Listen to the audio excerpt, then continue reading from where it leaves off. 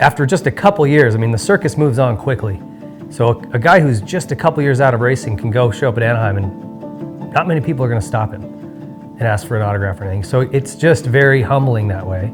Because I think as racers, when every weekend you got people wanting an autograph and you're very sought after, you know, it pumps your ego up, and that's how you start to just feel like that's normal.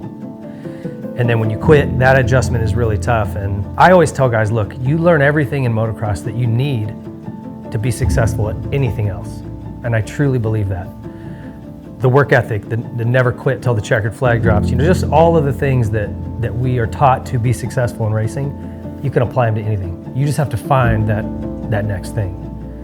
You know, for me, I went after the fire service, and in one of the hardest times to get hired, I got hired. It took me 5 years of busting my ass and really dealing with a lot of frustration, having to swallow my pride and start at the very bottom, but I got there. I don't think it matters what you want to do, just figure out what that is, apply the same logic that you did with racing, and you'll be successful. But getting guys to make that connection is difficult. And I've heard from a lot of racers too that it's just because all they know is racing and anything else is so foreign.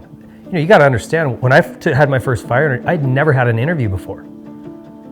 You know, a lot of these things that are pretty normal for most folks, as racers, all we did was ride a dirt bike, you know, from the time we were little kids. We don't have a lot of those other skills.